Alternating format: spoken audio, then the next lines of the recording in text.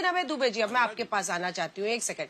अभय दुबे जी, एक तो वही कह रहे हैं, वो कह रहे हैं कि ओरिजिनल है नहीं, ट्रांसलेटेड वर्जन पर है। वो कह रहे हैं कि एक खाई बनाने की कोशिश है। मैं लौटूंगी सर, एक बार अभय जी से एक जवाब ले लें। अभय जी से बड़ा विद्वान राहुल गांधी हो गए।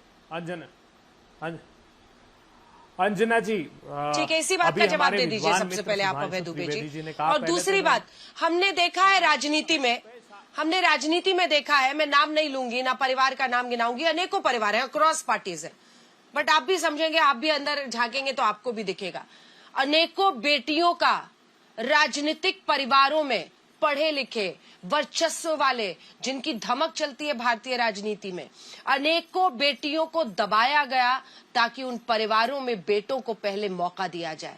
क्या मैं सच नहीं कह रही हूं? तब यही पेट्रियार्कल सोसाइटी जो है, ये जो राजनीतिक घरानों में जिसकी तूती बोलती है, वो क्यों नहीं दिखता है? उस वहां से बदलाव शुरू हो। अभय जी, अंग्रेजों की मानसिकता की संतानें भारतवर्ष में राज कर रही है। अभी मेरे विद्वान मित्र ने कहा कि एक अंग्रेज ने एडिट की, तो अंग्रेज ने एडिट की और अंग्रेज के अनुयायियों ने उसको एडॉप्ट कर लिया। मनुस्मृति क्या कहती है, जिसको राहुल गांधी जी ने कहा है, मनुस्मृति का श्लोक 9.3, पिता रक्षिता कौमारे भारता रक्षिता यौवने रक्षति स्थविरे पुत्रा न स्त्री स्वातंत्रयम हरति। अर्थात वो बचपन में पिता, युवा अवस्था में पति, वृद्धा अवस्था में पुत्र के अधीन रहे, उसको स्वतंत्र होने का अधिकार नहीं है। और ये एडॉप्ट किसने किया? ये एडॉप्ट किया भारतीय जनता पार्टी के जो आज के पुरोधा हैं आदित्यनाथ जी। वो क्या लिखते हैं, एक उनकी वेबसाइट है www.adityanath.in। वो कहते हैं कि अगर महिलाओं को जन्म से मृत्यु तक पुरुष के संरक्षण की आवश्यकता है, वो ऐसी ऊर्जा है जो नियंत्रित ना की गई तो विनाशकारी हो जाएगी। आदित्यनाथ जी ने महिला आरक्षण बिल जो कांग्रेस पार्टी लाई थी, उसका खुलकर पत्रकारों के सामने विरोध किया और कहा कि ज्यादातर सांसद हमारी इस मानसिकता के हैं कि महिला आरक्षण बिल नहीं आना चाहिए। उससे बढ़कर उन्होंने आगे ये बात कही कि इस बात का मूल्यांकन होना चाहिए कि स्थानीय निकाय के चुनाव में जो कांग्रेस पार्टी महिला आरक्षण कानून लेकर आई थी, उससे कितने परिवार नष्ट हो गए। ये बुनियादी सोच आदित्यनाथ जी आपकी है। रात के अंधियार में जब एक बलात्कार की शिकार बेटी का परिवार न्याय की गुहार लगाता है, तो आप उसको पेट्रोल डालकर आपकी सत्ता की सरपरस्ती में जला दिया जाता है। यह महिलाओं के प्रति आपकी सोच है। ये राष्ट्रीय स्वयंसेवक संघ के प्रमुख क्या कहते हैं अंजना जी, और ये कहां से लिया इन्होंने? इसी मनुस्मृति से, जिनको ये कह रहे हैं कि अंग्रेजों ने एडिट की, वहीं से लिया है। वहां भागवत साहब क्या कहते हैं कि शादी एक सौदा है, और यह हमको पाठ पढ़ाते हैं सनातन धर्म का कि वो 16 संस्कारों में एक संस्कार है, और भागवत साहब कहते हैं कि वो एक सौदा है। पुरुष कहता है कि तू घर का काम कर, मेरी उदर पूर्ति कर, अगर वो उदर पूर्ति अर्थात उसका पेट न भर सके तो उसको छोड़ दीजिए। इन भारतीय जनता पार्टी के एक नेता कहते हैं कि लक्ष्मण रेखा पार न करें महिलाएं। भारतीय जनता पार्टी के एक उत्तराखंड के मुख्यमंत्री कहते हैं कि फटी जीन्स पहनती है, यह भारतीय संस्कृति के खिलाफ है। अभी राहुल गांधी जी ने और भी उदाहरण दिए। मैं पूछना चाहता हूं इनसे, मेरे विद्वान साथी कह रहे थे न जाने कहां कहां का कोट कर, एक लंबी लड़ाई लड़ी सुधांशु त्रिवेदी जी, आपके जैसा विद्वान प्रवक्ता अगर ये गांधी नेहरू को कोट किया यार, हाथ होती है न जाने कहां से, जानते हैं अब देखे, मैंने बीच में नहीं बोला अंजना जी, देखिए कितने तिलमिला जाते हैं। 1829 से लड़ाई प्रारंभ हुई। अबोध बच्चियों की शादी करा दी जाती थी, अबोध बच्चियों की शादी करा दी जाती थी और उनको पति के साथ जिंदा चिता में जला दिया जाता था। तो राजा राम मोहन राय जैसे पुरोधा हुए, ईश्वरचंद विद्यासागर जैसे लोग हुए जो नाबालिग बच्चियों की शादी करा देते थे बूढ़े मर्दों से, और वो जब विधवा हो जाती थी तो पुनर्विवाह कराया जाता था। ये मनुस्मृति की इतनी बात कर रहे थे। क्या कहा श्यामा प्रसाद मुखर्जी? आप संविधान सभा की डिबेट में देख लीजिए और उसके बाद देख लीजिए अंबेडकर साहब ने क्यों छोड़ी सरकार। सिर्फ श्यामा प्रसाद मुखर्जी हिंदू कोड बिल के लिए अड़े हुए थे। क्या था हिंदू कोड बिल का प्रावधान? वही मनुस्मृति का प्रावधान। इन्होंने आर्टिकल लिखा अंजना जी, ये जो कह रहे हैं अंग्रेजों की एडिट की हुई मनुस्मृति, राष्ट्रीय स्वयंसेवक संघ ने आर्टिकल लिखा कि इसमें मनु का विधान नहीं है, ये बाबा साहब अंबेडकर का संविधान है। और मैं पढ़ता हूं क्या है उस मनुस्मृति के विधान में कि अगर पहली पत्नी के 8 वर्ष तक कोई संतान ना हो, 10 वर्ष तक संतान जीवित न बचती हो, या 11 वर्ष तक केवल कन्याएं ही उत्पन्न हो, केवल कन्याएं, तो पुरुष दूसरा विवाह करे। ये मनुस्मृति के अध्याय 9 श्लोक 80 और श्लोक 81 में भारतीय जनता पार्टी इसको आत्मसात कर चुकी है। इसलिए महिलाओं के खिलाफ आप भी एक काउंटर क्वेश्चन सुनिए, आपने भी सुनिए ना। ऐसा है ना कि जितने प्रवक्ता आते हैं ना, अभय जी आप दोनों के लिए कह रही हूँ, सारे जो आते हैं ना पहले ले जाते हैं 47 ईस्वी में, उसके बाद से वहां से फिर पहुंचते 50 पर, फिर 65 पर, फिर 70 पर।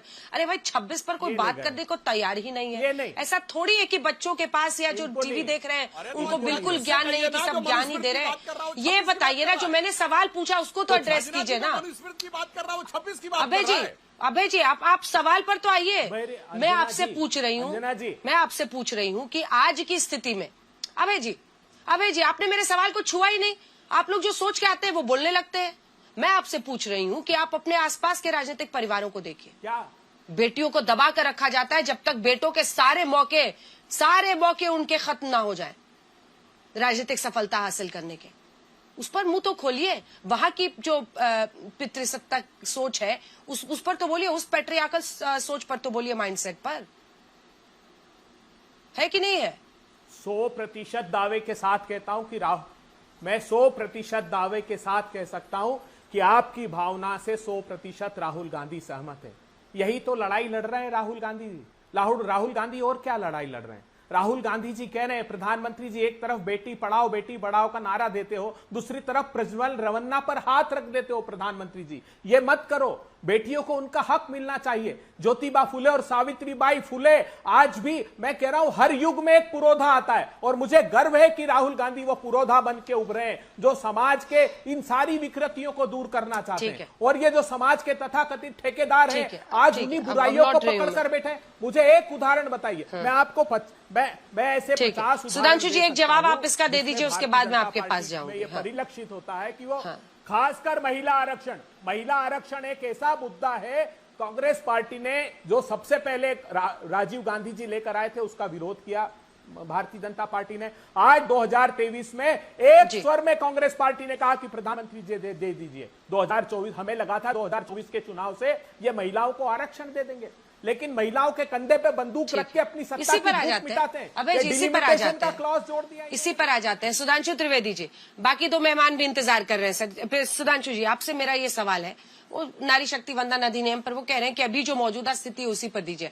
आप कल्पना कीजिए कि किसी की शादी हो, उसमें पत्नी ये कहे कि मैं अपने पति को नौकरी करने दूंगी, मैं अपने पति को ये काम करने दूंगी, मेरा पति अगर चाहे तो वो जैसे भी कपड़े पहनना चाहता है वो पहन सकता है। महिलाएं ऐसा नहीं करने की स्थिति में आज भी इस देश में, जहां पर भारी तादाद में पुरुष है, वही संसद ये फैसला करने वाली है कि हम महिलाओं को आरक्षण देंगे। आप देख रहे हैं ये गिवर एंड टेकर वाला जो एक रिलेशनशिप बना हुआ है महिलाओं और पुरुषों के बीच में, उस पर मैं आपको लाना चाह रही हूं कि हमेशा ये कि हम देंगे, तुम ये कर सकती हो, पर ये व्यवस्था बनाई किसने? इस व्यवस्था को तोड़ने में आप क्या योगदान? आप अपने सरकार के जो काम है महिलाओं के लिए वो गिना रहे हैं, वो है अपनी जगह पर, लेकिन इसी के साथ साथ ये जो हम करेंगे लड़कियों के लिए, हम करेंगे महिलाओं के लिए, क्योंकि उनकी जगह ही नहीं बनी टॉप पर।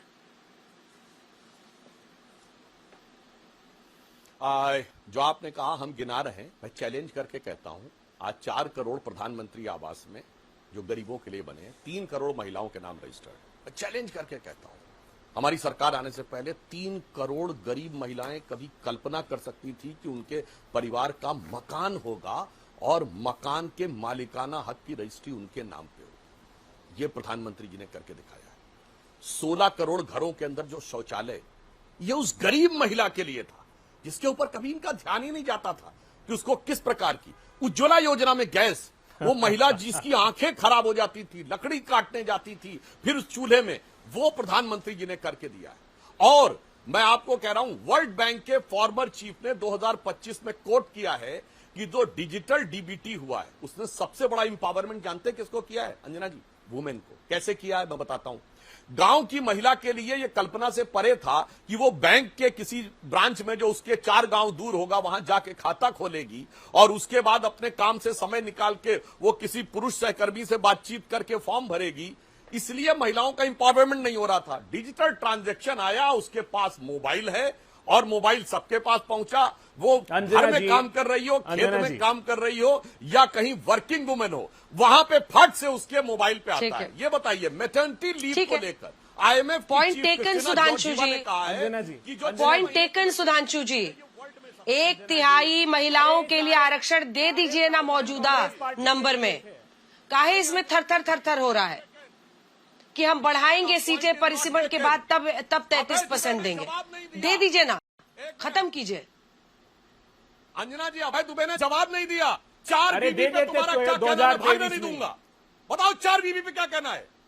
बोलो 4 बीबी पे बोलो। हाँ बिल्कुल, मैं देता हूं उसका जवाब। अंजना जी, ये आप जानती हैं अंजना जी बोलिए।